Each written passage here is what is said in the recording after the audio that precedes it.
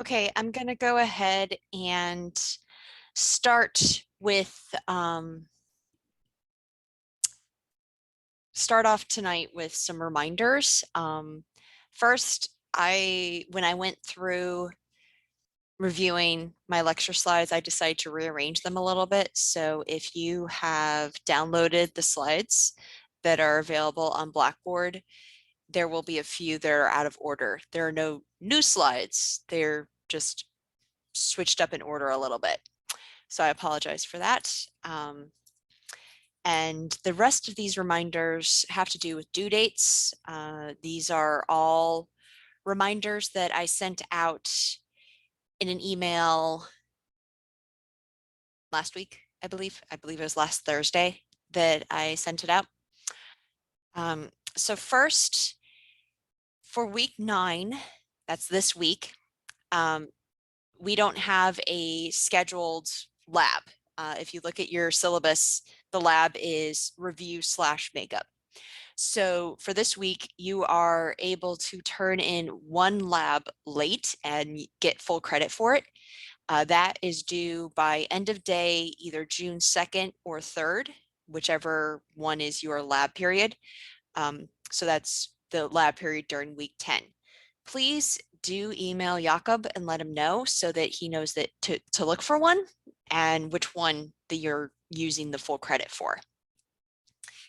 Other labs that are late, you can turn in by end of day May 27th, that's this Thursday, and get up to 80% credit on them. So there's one you can get full credit on, and then any other late ones, you can only get up to 80% credit. For quizzes, I am going to be willing to give you up to 70% credit for late quizzes for quizzes 1 through 8 if they are turned in by the end of day on June 1st. Quiz 8 is due today, so I suggest if you haven't done it, do it so that you can get up to full credit. Quiz 9 is now open. So quiz 9 is due end of day June 1. Quiz 9, if you don't get it in by end of day June 1, you get a 0. Quiz 10 will open June 1, and then it will be open through June 8th, end of day. That's another one. If you don't get it in by the end of June 8th, it's a 0. The lab final is going to open May 31st and be open through June 6th. For this one, you'll get 7 hours. I believe it will be set up that you can leave and come back. It doesn't have to be done in one setting.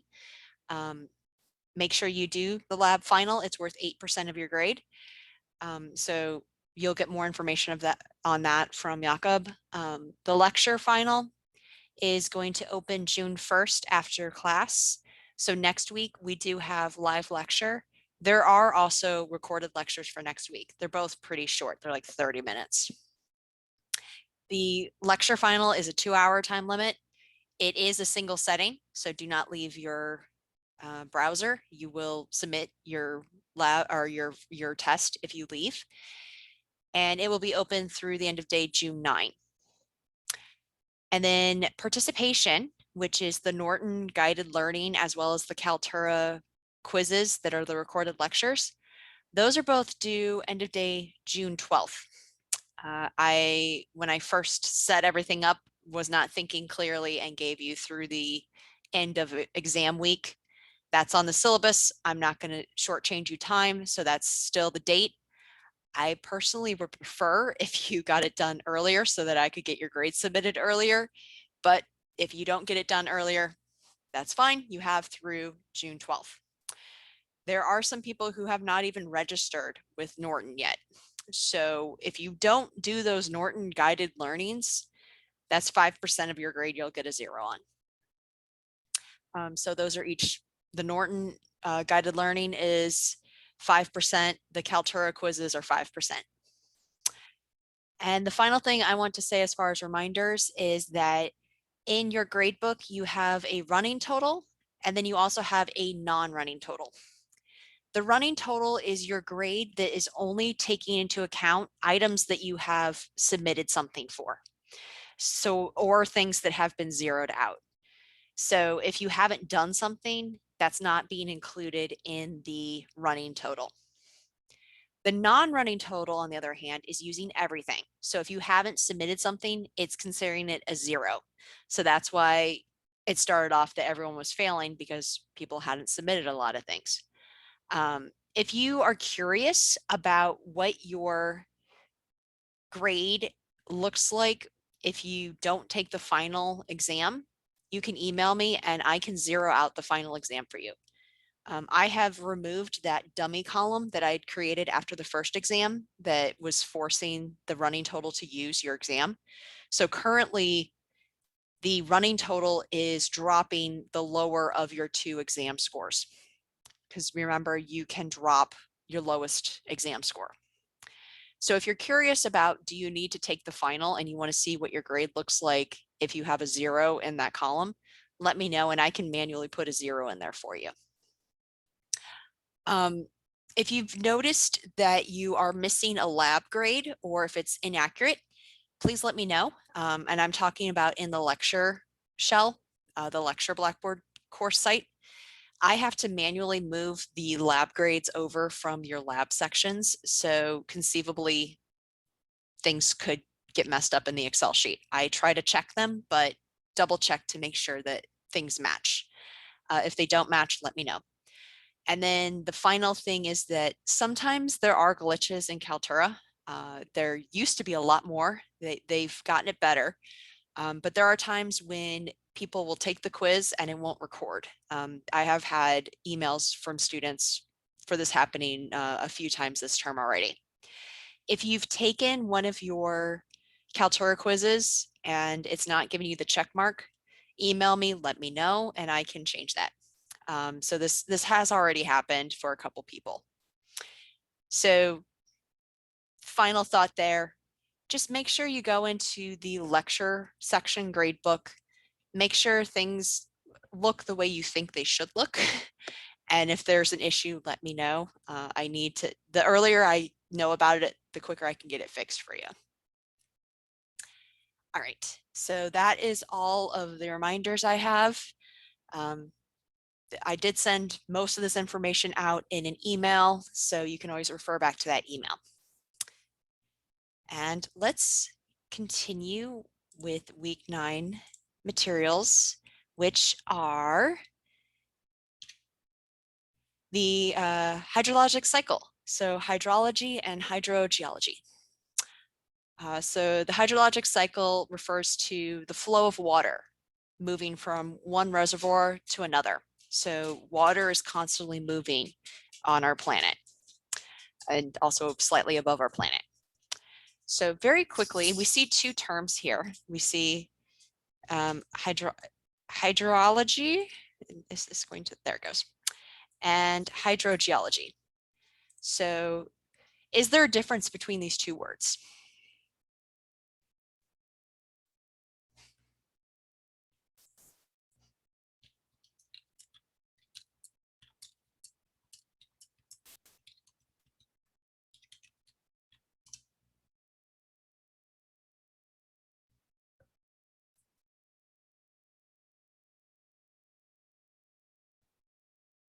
And there was a comment in the chat asking if we're not going to take the final, that you felt that you're satisfied with your grade from the first 2 midterms. Do I need to know that? I would appreciate if you email me and let me know. But if you decide last minute, it's okay. If you don't take it, it'll just be a 0. And I'm going to end this poll. So most people said, yes, there is a difference. And that is true. So the difference, it's very, there is a difference between them, but it's rather, it's a very, I meant to put it there. The difference is something that mostly people in the field are the only ones that are going to really care. So hydrology is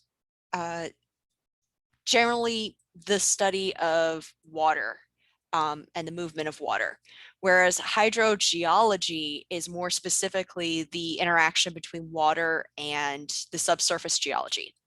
So hydrogeology falls under hydrology. Not all of hydrology falls under hydrogeology. So many people use the terms interchangeably. They're not exactly the same thing, but they are very closely related. So another poll. So this is, where does the largest percentage of the Earth's fresh water is important there, reside? So glaciers, groundwater, lakes, oceans, or streams.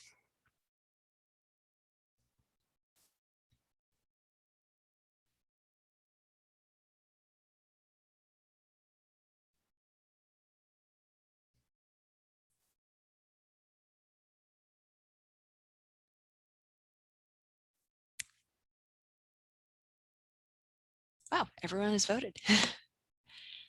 Okay, so move on to, so most people said glaciers, and that is correct. So most of our fresh water is actually not water, it's ice. The second is groundwater. So a couple people said groundwater. Oceans are not freshwater. So oceans are the largest reservoir of water, but they're not freshwater, they're saltwater. So in case you didn't believe me, here is a table that shows the volume of water in the hydrosphere. So hydrosphere is the part of our planet that is water. So the almost 97% of the water on our planet is in oceans and seawater. Okay, but most of that is, well, not most, that is salt water.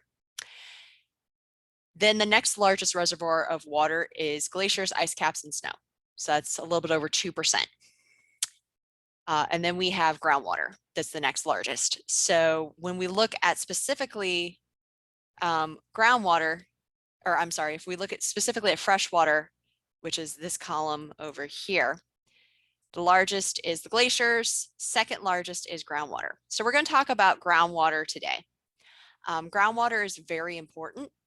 So we can see that 30%, a third of the planet's water is in groundwater, or a third of the planet's fresh water, rather, is in groundwater. This is the most accessible freshwater typically, and it's going to be the some of the cleaner freshwater. So lakes are accessible, but they tend not to be very clean. Same thing with rivers. Glaciers have very clean water typically, but you have to melt it. And it's not, they're only in certain areas. Whereas, and also the majority of these glaciers are actually the ice caps. So much of this water is in Antarctica, not very accessible, right? Unless you happen to be there, in which case you do melt the snow in Antarctica to get your water. So groundwater is very important. It's all over the planet, and it's where much of our water comes from. So groundwater is water that is sitting in the subsurface pore spaces of rocks. So these are the open areas within any type of sediment or rock. And when we are looking at these pore spaces, we can calculate the total amount of space, and that's called porosity. So we're looking at the area between the grains. So here, these gray blobs are the grains, and then the area between is the porosity. This porosity can be filled with water, it can be filled with air, it can also be filled with mineral sediment that will hold the rock together, or other fluids. So the other fluids would be things like oil or natural gas. For groundwater, obviously, we're interested in water sitting in these pores. There are two different types of porosity. So we have primary porosity and secondary porosity. So primary is porosity, or the porosity that is open space within a rock as it originally formed. So this can be voids in sediment. It can be vesicles, in, the bubbles in basalt. We can have open cavities in reef limestone. And so this was there when the rock formed. primary porosity tends to decrease as we bury rocks because we have the rocks will compact, and then they also will form additional sediment in those pores. The primary porosity is going to depend on the rock type. So for example, crystalline rocks, they have very little primary porosity because the crystalline grains are all interlocked. And so we don't have space between those grains. Whereas the sedimentary rocks tend to have more primary porosity, that you have those individual grains and there's space between them. The other type of porosity is secondary porosity. So this is when we have new pore spaces being created after the rock has formed. So this can be that we have fractures. So this is an example of we have joints that are being enlarged by dissolution in a limestone. We can also have broken up rocks like fault breccia that will break the grains apart so we can get space between the grains. And then anytime we have dissolution, so we can have cavities and we can have very large pores formed through dissolution. We'll talk about that towards the end of tonight's lecture. So here's an example of that. We have these open spaces, and then as water moves through the open spaces, it will continue to dissolve away at the walls to make those open spaces larger. So we may start off with very small joints or small weaknesses in the rock, but as water flows through, it will expand those and make them rather large and interconnected. So this means that we end up having variable porosity. Different types of rocks are going to have different porosities. And so when we have a stack of rock, we might have a very porous rock next to a non-porous rock. So sandstone has a high porosity. Granite has a low porosity.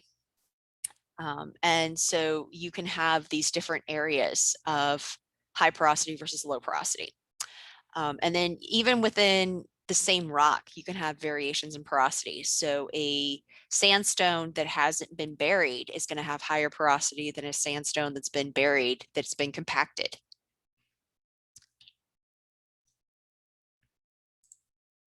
There it goes. So the next part of this is permeability. So permeability is how easy water can flow through a rock. And this is determined by how well those pores are connected. So if you have pores that aren't connected, it doesn't really matter because the water is just going to sit in those isolated pores. You can't have water moving through the rock, so it's not very permeable. But if those pores are interconnected, then that means that the water can flow through easily and that we have high permeability. So these together, porosity and permeability, they're going to determine the filtration capacity of a rock. So the faster water moves through a rock, the less time it's sitting in a rock, the less residence time it has. So the less chance it has to filter that water. Whereas if it's moving through a rock slower, then it's going to be sitting in that rock for longer. It's going to have a longer residence time. And so it's going to filter better. We will see this a little bit later on when we start talking about limestone landscapes in particular that they're very permeable. The water flows through them very fast, but that means that they don't filter very well. Whereas something like sandstone can hold a lot of water, but it doesn't flow all that fast. And so we can have high filtration in sandstone. Sandstone filters very, very nicely. So groundwater is the water that's sitting in those pores. We refer to this collectively as the water table. So the water table is the top of the groundwater reservoir in the subsurface. So it's where the groundwater, the top of where the groundwater is sitting. And that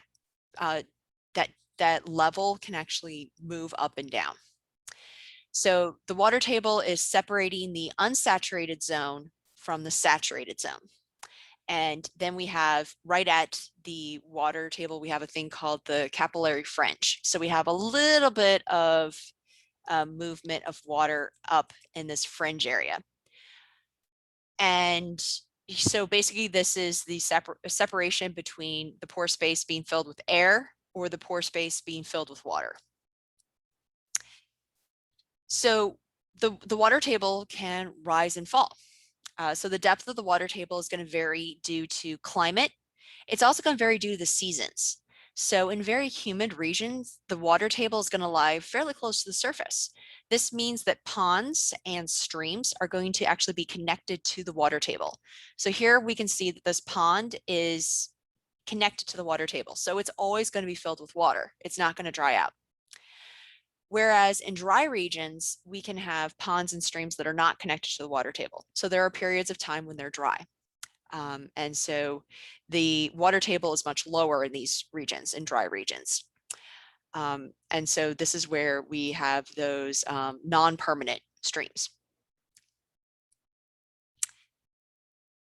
We talk about different types of rock and how well they can hold water, and we use terms most commonly aquifer. This is a high porosity, highly permeable rock that allows water to move easily. So water can transmit through it. Whereas an aquitard is a lower permeability rock that stops water from flowing.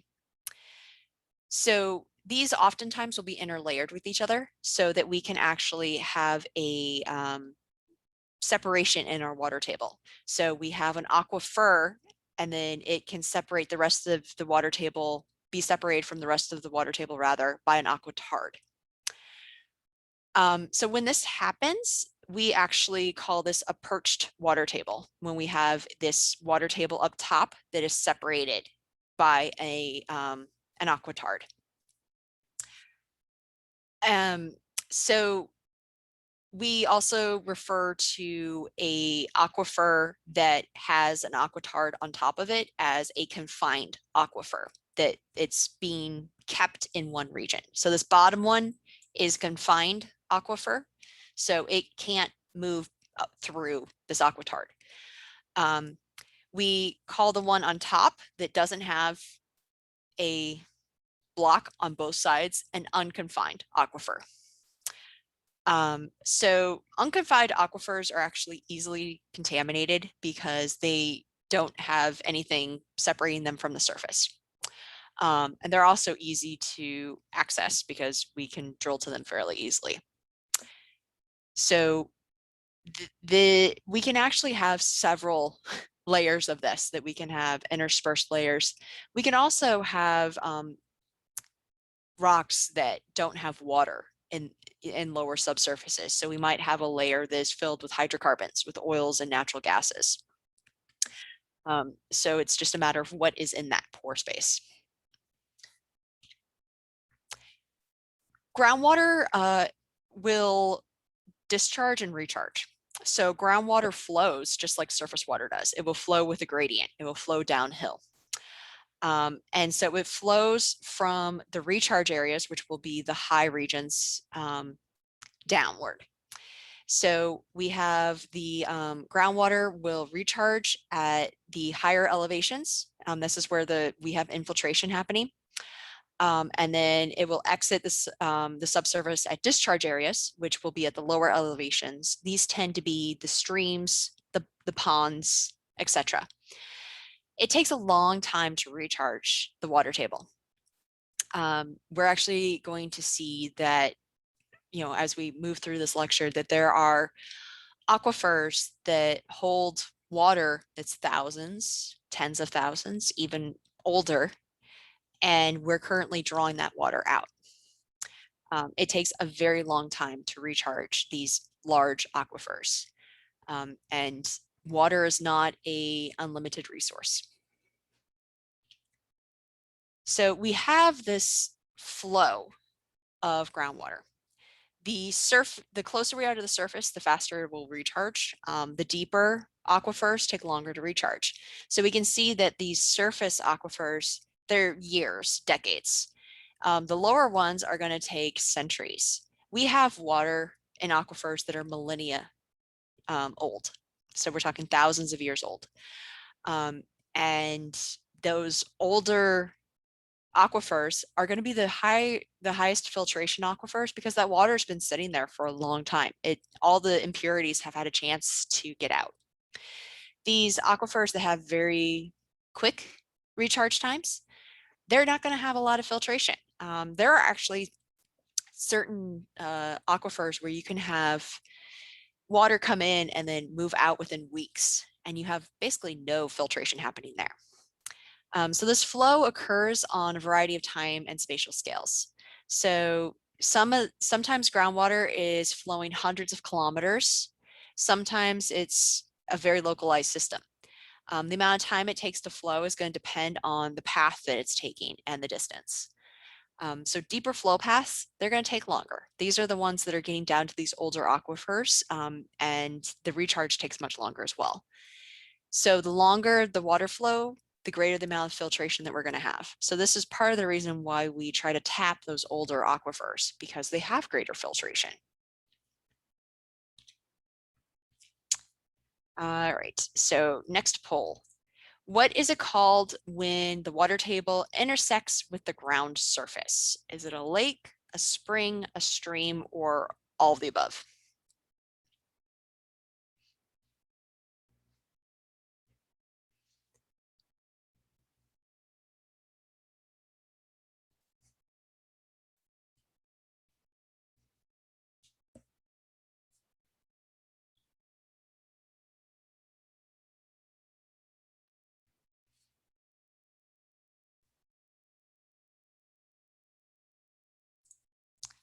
All right, this was a bit of a trick question, actually. So technically, it is all of the above, or it can be all of the above rather, but specifically a spring is the term for when we have water coming out from the water table. But it is true that in certain regions, we can have, if we have our water table is connected to or shallow, it will be connected to a lake and streams. But a spring is specifically where we have an intersection between the water table and the ground surface. So there are different types of springs also. So this is an example of a spring. So these are locations where naturally the water table discharges. And these are really important. This is where we're getting water. All creatures get water from springs. So these are going to develop when we have the water table intersecting the surface. This often will happen in valleys in low-lying areas. And so we can identify these based on vegetation. We have water, so we can have wetland vegetation. We can also have saturated soils. The ground doesn't always freeze here because we have water that's highly saturated, so it takes a very, very cold for extended periods of time for the ground to fully freeze. You can also have springs coming out, or I'm sorry, streams coming out of springs. We can get springs in many different ways. So we're going to go through some of the different examples of how we can get springs over the next couple slides. So we can have what are known as structural springs. So this is where we have groundwater, for example, can intersect with some sort of a steep impermeable barrier, like say a fault. And then the pressure of the flow of the groundwater, so the flow is going in this direction, will force the water to go up and intersect the ground. We can also have what are known as perched water tables. So this is the instance where we have an aquifer sitting on top of an aquitard. And if that aquifer intersects the surface, then we'll have water coming out. So if you ever drive down any of the major highways and you look at road cuts, especially in the winter, you will sometimes see large icicles hanging on the road cuts. Oftentimes that's from water that's coming out of the road cut rocks. That's small areas of water that have been trapped and then they're exiting out. So that would be a small scale example of a perched water table. Sometimes you can actually get fountaining springs from these, that if you have enough pressure, the water won't just flow out evenly or nicely. It will actually, be rather impressive. We can also have where we have again, where we have strong contrast between the permeable and the impermeable layers, that the water is being forced out from all these permeable layers when it hits this impermeable layer. So this is similar to what we see on road cuts. So this is a picture of a canyon wall where we have a spring coming out here. We can also have springs from, if we have a very fractured rock, that we have a lot of secondary porosity, and the water pressure will come up those fractures and then come out. So it's just, a spring is anywhere we have a intersection between the water table and the ground surface, and we have an outpouring of water that's not within a channelized stream flow or in a confined lake or pond. We can also have hot springs and geysers. So these are where we have heating of groundwater. Typically it's due to volcanic activity, but there can be other instances of hot springs. So these environments lead to very interesting minerals. So we can have these very colorful, very smelly minerals as well. So this is an example in Yellowstone. Yellowstone has many hot springs and geysers. A geyser is a pressurized hot spring where you have water shooting out and steam shooting out. There's also very unique organisms that live in these areas. So this can happen in two different settings. So we can either have deep groundwater that is the groundwater is coming from a deeper reservoir. And then we have it's discharging along something that's forcing it up to the surface, like one of those structural springs. And the water has been heated by the geotherm. So, deep down in the earth, it's warm. So if there's water down there, it's warm as well. So this is just the geothermal gradient. We can also have heating from volcanic instances. So that's probably the more common hot spring is, that it's in a volcanic area. So if the water is close to a magma reservoir, that's going to heat the groundwater. And so you're going to get these very hot springs and geysers. Yellowstone, the reason we have hot springs there is because of volcanic activity.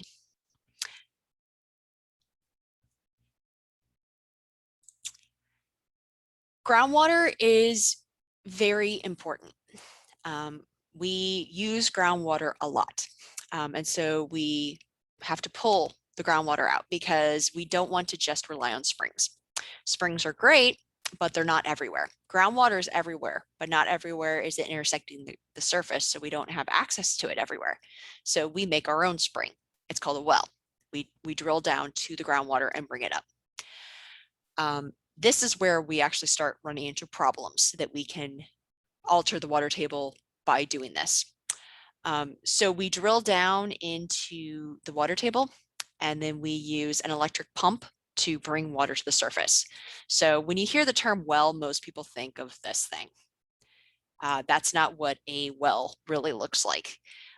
In order for this, where you have an actual bucket that you're dropping down into some sort of a deep hole, the only way that would work is if you intersected with a deep spring, a subsurface spring, or if you filled it yourself with water, because groundwater isn't just sitting there as like a pond in the subsurface. It's within those tiny pore spaces. But we do use these actual wells where we use a pump that we bring water up from the subsurface and then we use it. And this can lead to a decline in the subsurface water flow. So if we pull the groundwater up too fast or too much of it, we can have what's known as withdrawal. So the water table can become depressed. So we're pumping out the water, and if the water table is high, it's no problem. But if we pull up too much groundwater, we'll actually cause a depression in the water table. And this can eventually, we can cause wells to we can cause wells to go dry. There are dry wells that people have pumped out the water so much that the water table drops below where the well is drilled to. Many people actually do own private wells, so they are a local well just on their property. People that aren't connected to city water, many of them will have a well on their private property. My grandmother's house, she had a well. They had their own well that was drilled in somewhere in the backyard. And then they also had a septic system, which meant that whenever power went out, you lost power to your pump, which means you lost water. And so we learned very early on, because we lost power a lot due to ice storms, that if a storm was coming, you went and collected as much water as possible, because you need water for everything. You need water for the dishes. You need water for drinking, cooking. You need water to flush your toilet. So we would go and fill up the bathtub, for example, with water that could then be transferred over to the toilet. So, if your well goes dry, you have to drill a new one. If you run out of power, that's luckily a short period. But wells are expensive to drill. And if it's not drilled deep enough, they can go dry. Sometimes they go dry for maybe a season and then you get enough recharge. Sometimes they completely go dry. We can see that this is a big problem. And personal wells aren't the problem. It's the industrial wells. So when we start having high amounts of water flow, high amounts of pumping, then we can draw down that water table very fast. So we can have severe water table decline, and this will actually alter the flow of the water table, that we can actually have it flowing in different directions. So, we may have we might have instances where we had a free-flowing river, where we had a swamp, that we had, springs in this area. And then we started to draw down this water table. And now this area is no longer connected to the water table. So we now have dried out areas. We no longer have our river being connected to the water table, so it's not continuously flowing. And eventually, if one of these wells is pumping faster than the others, it may be that these other wells, if they're not as deep, will run dry. So, this is not a permanent resource. It's not, there is a limited resource. When we lower the water table, it lowers it in what's known as a cone of depression. So it's deepest close to where the pumping is, and then it gets less away from the pumping. The bigger the well's production, the bigger that cone of depression. So industrial wells, like what are used for irrigation, they are actually capable of forming massive cones of depression. So they can actually pull down the water table from local wells and actually pull in the local well to their cone of depression. So this is an example where we had our small, neighborhood well. It has a small cone of depression, but this massive industrial outfit has drawn the water table down below this well, and now this is a dry well. So this is a major problem. We have in the middle of this country, there's a massive aquifer called the Ogallala Aquifer, and it holds lots of water, and it's very old water. And beginning around the 1950s, they started drilling this aquifer for water for irrigation. And this practice allowed them to have fields and areas that didn't have enough rainfall to grow the crops they were wanting to grow. So they were able to grow crops in regions that aren't the right rainfall climate, but they were able to irrigate using the aquifer. This aquifer has been drilled for about the 1950s, 1940s, were when the first big wells were being drilled. There are estimates that say that this aquifer, which covers multiple states, it is a very large aquifer. There are estimates that this aquifer is going to run out of water as soon as 2028. That's less than a decade from now. The recharge time for this aquifer is more than 6,000 years. So this is not a unlimited resource. There's major limitations to groundwater. So, you know, it's something that needs to be considered. Many people don't think about where's the water coming from. It is something that needs to be considered. You know, people in more humid climates tend to not worry about it as much. It's not an issue. Whereas if you live in a drought prone region, it is something you think about, but it's an issue for everyone. We can also have problems because we can have pollution due to pumping. So here's an example where we have fresh groundwater, which is the water we want, right? Will sit on top of salty groundwater. The salty groundwater would be due to ocean environments, for example. The freshwater is more buoyant, so it will sit on top of the saltwater.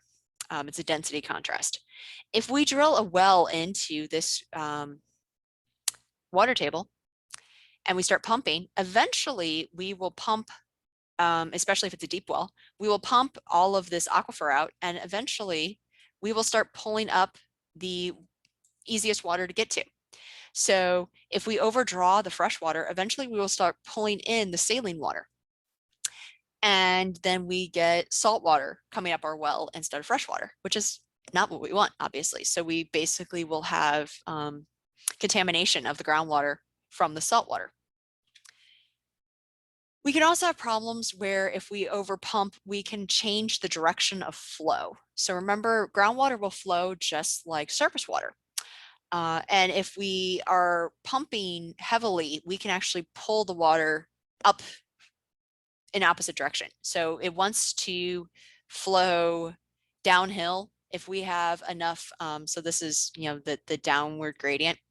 If we will see in the next slide, if we put a large well, we can actually make it go the opposite direction. So here we've now put a large well. You know, this groundwater wants to go in that direction, which works fine for this house. This is a septic system. So we don't want our septic system to contaminate our well.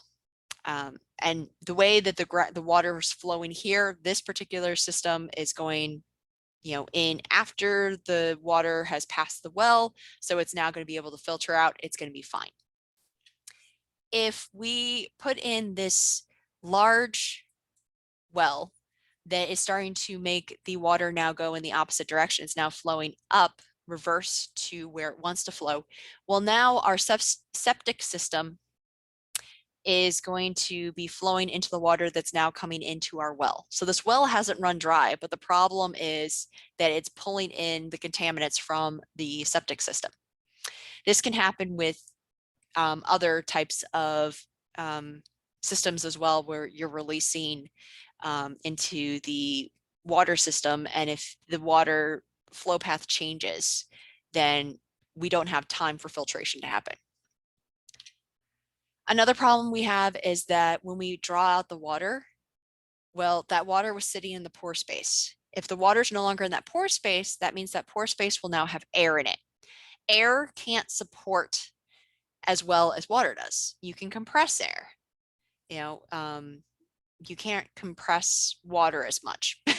So when we remove the water, we're going to have those pore spaces will collapse, and this will cause the rock to subside. It will shrink down. So we can actually have the ground drop, and then we can have these cracks forming that we now have pushed all of our sediments closer together. And this can be a big problem. So we can see that in this animation, we see this house now has dropped down. This could be a very significant problem. So this is an example of subsidence in California that is due to mostly groundwater withdrawal.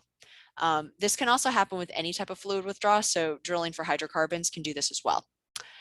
But Here's an animation where we can see that we had our pump and we had our nice water table. Once we draw down that water table, now our pump is no longer at the ground surface.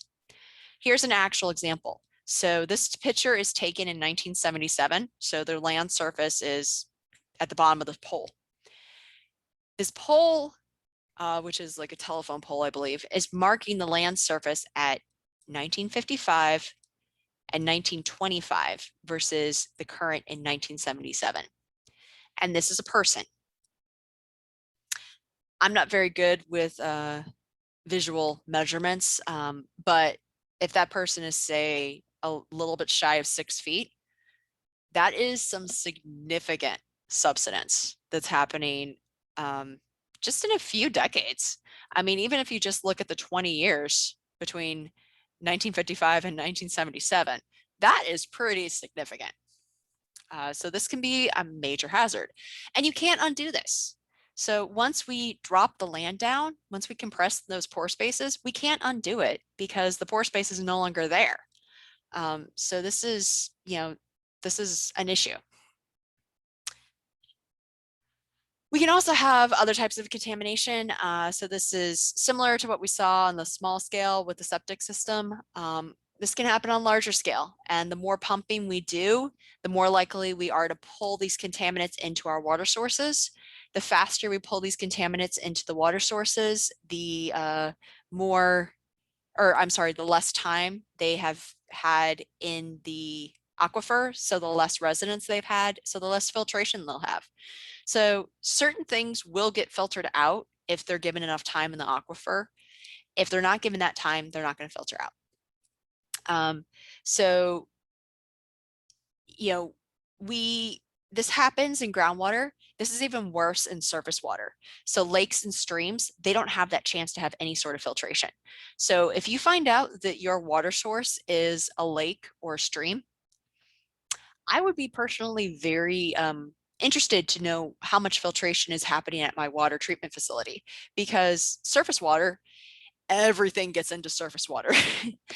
Whereas groundwater, at least, it's had some time moving through the natural filtration of the rock. So now let's talk about a specific type of landform that comes from groundwater and water moving through the surface. So groundwater can actually form some very magnificent landscapes, both above ground and below ground. A specific type of one is called karst topography. So karst topography occurs when we dissolve away parts of our ground. So what happens is that we start off with some sort of a pathway. Say we have joints in limestone, and then as water moves through those joints, the joints are conduit for the water. That water will start dissolving away the walls, and they will create a larger conduit. These will start to connect up, and that will allow a network to form. And this network will start to form into actual caves and passages. And so this happens when we have very dissolvable beds, which are typically limestone. So this is where we have caves, and the topographic landform is called karst. So karst landscapes are formed from the dissolution of typically limestone. They can form in other ways as well. So this is from the Kras Plateau in Slovenia. So that's where the name karst comes from. So what we normally see with karst are things like disappearing streams, where the stream just suddenly goes below ground. We have a lot of springs, which is the opposite, where the water suddenly comes to the surface. We also have natural bridges. So this is where we have like an archway that we have remnant rock above still. We have caves, speleothems. So those are the formations within caves, sinkholes. So we have basically the removal of material. Karst springs will actually produce significant amounts of water. This is because we have all this open space. Water moves through these areas very easily. It's very permeable, But because water moves through these regions so easily, it doesn't have a high residence time. So there's very little filtration that occurs in a karst spring. So they have very, very high productivity, but they don't do a lot of filtration because they have that very short residence time. So there are springs where the water enters the system and then within weeks it's leaving through the spring, sometimes within days. So while they provide a lot of water, they don't actually filter that water very well. One of the very impressive landscapes that comes with karst is called tower karst. So karst landscapes are due to dissolution of material. Tower karst, and that's what these things are here. These are the remnants of the limestone that's left where everything else has dissolved away. This is not common in the United States. The United States actually has a lot of karst landscapes, but not this type of karst. It normally happens in much higher humid tropical type regions. So these are the remnant landscapes. So here is a modern tower karst, and this is a drawing of what this landscape looked like before industrialization. So now we no longer have the forests in this region. The more common type of karst is going to be where we have lots of caves, we can have sinkholes, we have streams. So this is going to happen when we dissolve away material when it's near the water table. So the water is what's going to dissolve away material. And if we uplift the material, the area that had dissolved away from the water is now going to be open space. That will be a cave that will be no longer have water in it. So we can actually, so here's an example where we have down cutting of the stream is actually going to make the water table lower. And so we'll have these areas of caves that will no longer be in contact with the water table. So we're not dissolving away as much, but we have this open space. We can have caves that intersect with the water table too. So we can have flooded caves. And in these caves, we can have formations growing. So the caves are going to still have movement of small scale water through them. And so as this water moves through, it will actually deposit material. And that's what speleothems are. We can also have additional slow dissolution of caves as water infiltrates down to the ground table, or I'm sorry, the water table. And as we dissolve away more and more and more, eventually we can actually have roof collapse. If we keep dissolving away down from the surface here, as this stuff goes away, eventually we can actually have where parts fall in. So we can have very impressive growths in caves. I'm sure you've heard these terms. So speleothems are formed as a precipitation of what's known as dripstone. They're called that because it forms as we have drops of water that will enter the cave and it degasses carbon dioxide. And then it will precipitate out calcite. And it does this in one little drip at a time. And as it drips down, it's going to coat whatever it's dripping on and leave a little deposition. So this is going to grow over time. And so we have different names for the different shapes. So stalactites are the things that hang. Stalagmites are the things that are on the ground that are formed from the drips that hit the floor and then start mounding up. If they collect, or I'm sorry, if they connect to one another, then they're called a column. We also have what are known as soda straws. So soda straws are very little stalactites. So those are the baby ones. They're just starting and they're very actively dripping. So we can see here that it will get thicker and thicker with each drip that comes down. And then it will also start piling up at the bottom. And then when they start to connect, or when they fully connect, that's when we call them a column. And then just based on the physics of how water drips, the stalagmites tend to be fatter than the stalactites. But these things are extremely impressive. We can also have sinkholes. So sinkholes are where we have a cavity that's intersected with the surface. And they can form in two different ways. So we can have where they have top-down dissolution. So we slowly eat away from the top down. And this is where we're going to have more gradual sides to our sinkhole. They're going to happen slower. The other way is where we have collapse. So this is where we have some sort of a cavity. So this here, over here, we have a cavity. And as we keep eating away at the roof, eventually it will get to the point where there's not enough support and that roof will collapse in. When this happens, these are the more violent sinkholes. So this is where you actually will have the sinkhole will swallow things.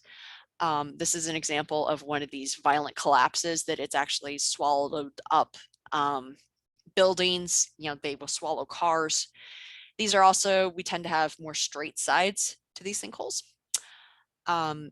So sinkholes are a hazard. They can be very dangerous. And sinkholes also are an interesting feature because we use the term sinkhole for things that are natural, like what I'm talking about here, but we also use the term for where we have the ground collapsing due to other reasons, and those tend to be the more urban sinkholes. So next, I'm going to show a video that is from one of my other classes. The reason I'm showing this video is because I've already closed captioned the 2 video clips that are part of it. So hopefully this will play fine. So sinkholes. Sinkholes are something most people have at least heard that word. So a natural sinkhole comes from one of 2 ways. So both of them involve dissolving material. But there's the gentle, gradual sinkhole, which is the idea of you have slowly dissolved the material from the top down. So these tend to be more gradual slopes on the side, and they happen slower. The other one is a collapse sinkhole. So this is where you've been dissolving material at depth. And at some point, as you're dissolving this material, you will dissolve away enough of the roofing material that it can no longer support the weight above it. And then that roof becomes too thin, and at some point it's going to collapse down and open up this, open up the area that's been dissolved beneath the surface to the open air. These tend to have straighter sides, and they happen very quickly, and these are the ones that are more dangerous. So these are a couple of videos of local sinkholes that I'm going to show you next. So the natural sinkholes happen because you have dissolved material. Typically, it's you've eaten away at like limestone or dolostone, and then you've had collapse or it's dissolved from the top down. In urban areas, you can get a lot of sinkholes that typically are it's still due to removal of material at depth, but normally it's from something like a water main is broken. And so you have a massive removal of material because you have a massive amount of water moving through. Hush, Gidget. You have a massive amount of water moving through, normally beneath a road or something, and it's removed the supporting material. So this is one that is in Queens Village, I believe. Developing now, a big cleanup needed in one South Philadelphia neighborhood today after a water main break causes a sinkhole there. Eyewitness News reporter Dan Coop is live in Queen Village for us this morning to show us the damage left behind. Hi, Dan. Jan, good morning to you. We're starting to see some of the neighbors, some people in the neighborhood come out, walk their pets, walk around and start poking around saying, what is going on over there? So we'll show you.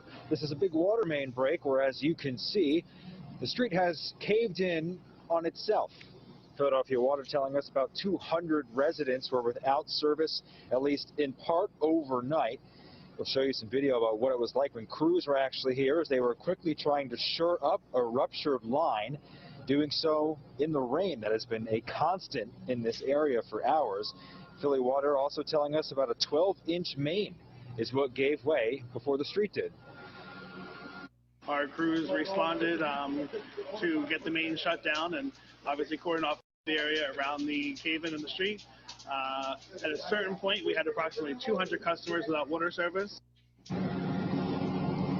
Now, they also tell us at this point this morning, loads without service have had it restored. So everyone should be waking up this morning to at least water working in their homes. But as you can see behind me, Jan, a lot of work to be done by crews who will surely be returning here later this morning. We're live on 2nd and Fitzwater. Dan Coop, CBS 3 Eyewitness News. A lot to be done there. Okay, Dan, thanks so much. Appreciate it.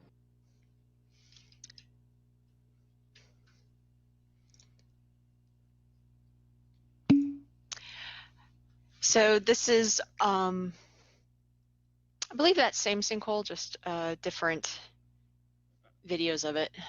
A sinkhole continues to rattle nerves in Queen Village. Here we go to 2nd and Fitzwater. A ruptured water main is to blame for that crater right there. Philadelphia Water Department officials tell us a 12-inch line burst. We spoke to those living in that area about this inconvenience. My dad works in water engineering, so I asked him why these kinds of things happen, so he was able to explain to me like what usually goes on. So sometimes he said it's a leaky main or the sewer would have been failing, which makes sense. They just repaved the road, I think, on Wednesday. Yeah, they just repaved it, so this road's been shut down like all week, so it's already been an inconvenience, and now seems like it's going to be much longer. Well, the Philadelphia Water Department says at one point more than 200 customers were without water, but for now, water is only shut off to those in a small area between Fitzwater and Bainbridge Streets. All right. So again, that was the same one. This is a older video from, I believe, 2018 that shows sinkholes that occurred in, I believe this is Chester County, but that were associated with the Mariner East pipeline project. One local family is out of their home tonight in Chester County. 3 sinkholes popped up on one street, and neighbors say a pipeline being drilled right through their neighborhood is to blame. Sunoco's Mariner East 2 is supposed to run across Pennsylvania through Chester and Delaware counties. NBC 10's Brandon Hudson talked to a homeowner who's worried about what happens next. The sinkholes in TJ Allen's backyard are covered, but the fear remains. Well, I'd like to know if my house is safe. Allen says a sinkhole formed over the weekend in his yard and a neighbor's yard too, forcing that family from their home. He believes they're directly linked to the construction of Sunoco's Mariner East 2 pipeline in Chester County. A Facebook Live video shows crews from the State Department of Environmental Protection and Sunoco working to cover them up. There was 11 cement trucks that dumped 11 loads of cement in my yard. We first met Allen in November when he claimed pipeline construction caused this sinkhole to form on his West Whiteland property. He says these new problems started soon after the state granted Sunoco permission to start construction again. What's the point of the DEP if they can't shut Sunoco down? Allen says when that second sinkhole opened, it was deep enough that it could easily fit this car and truck inside.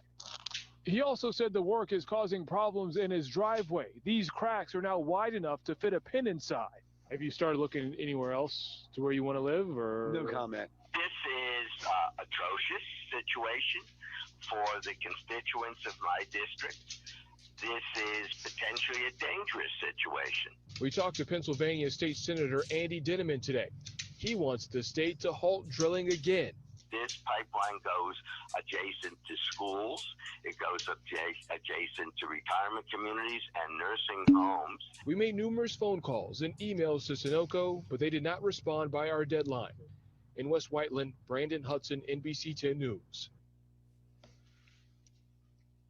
So okay.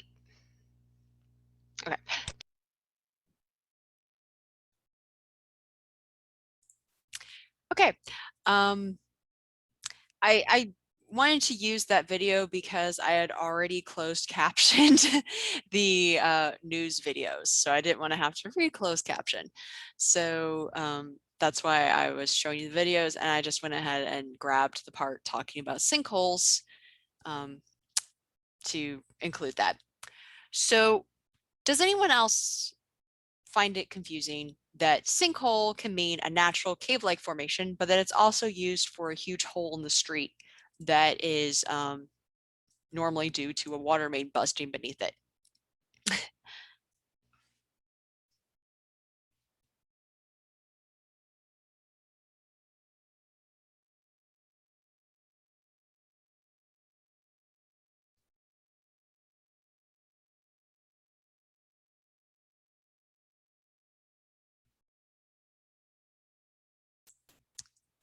All right, it looks like we're all, it's pretty evenly split between there. I personally had never really thought about it, and when I was younger, until I started studying this stuff, and it's like they really should have a different word for the cave-in in a street that's due to normally some sort of structural problem. It could be a leaky main, it could be a burst pipe, it can be that they did poor construction somewhere, whatever, versus something that is due to dissolution of material that is typically you're actually dissolving away rock. Personally, I would like to see two different terms for that. But the people have latched onto the term sinkhole, and it's used for these things where we have streets collapsing. And normally the streets are collapsing due to massive movement of water. So you've had a pipe burst, which is going to move lots of water, which has the ability to then move a lot of sediment. And then you have that cavity that's then going to have collapse. So I believe that is all that I wanted to cover in the live lecture today. So just to review, groundwater is not the largest source of fresh water. That is wrong. It is the second largest. Glaciers are the largest source of fresh water. So groundwater is often mined as a resource. And how high of quality of groundwater is going to depend on residence time. So that's going to determine the level of filtration. So the longer the residence time, the higher the quality of the water normally. Groundwater is not an infinite resource, and it can be depleted, and we are depleting it. So there are places where we have, completely mined out aquifers. And we are very quickly mining out aquifers, mostly due to large scale irrigation for agricultural purposes. So that is all for today. The two recorded lectures, one is an hour and 16 minutes. The other one's just under 40 minutes. So they kind of balance each other out. The longer one is because in that one, I'm talking about flooding. And I get passionate about flooding because I am from a region that floods a lot. I will show you a video in that recorded lecture of a very large flood that I remember from my childhood. Which again is, I stole that video from another lecture because it was closed captioned. So everything should balance out. I'm going to stop my share and go ahead and, oh, there, it's over here. Stop recording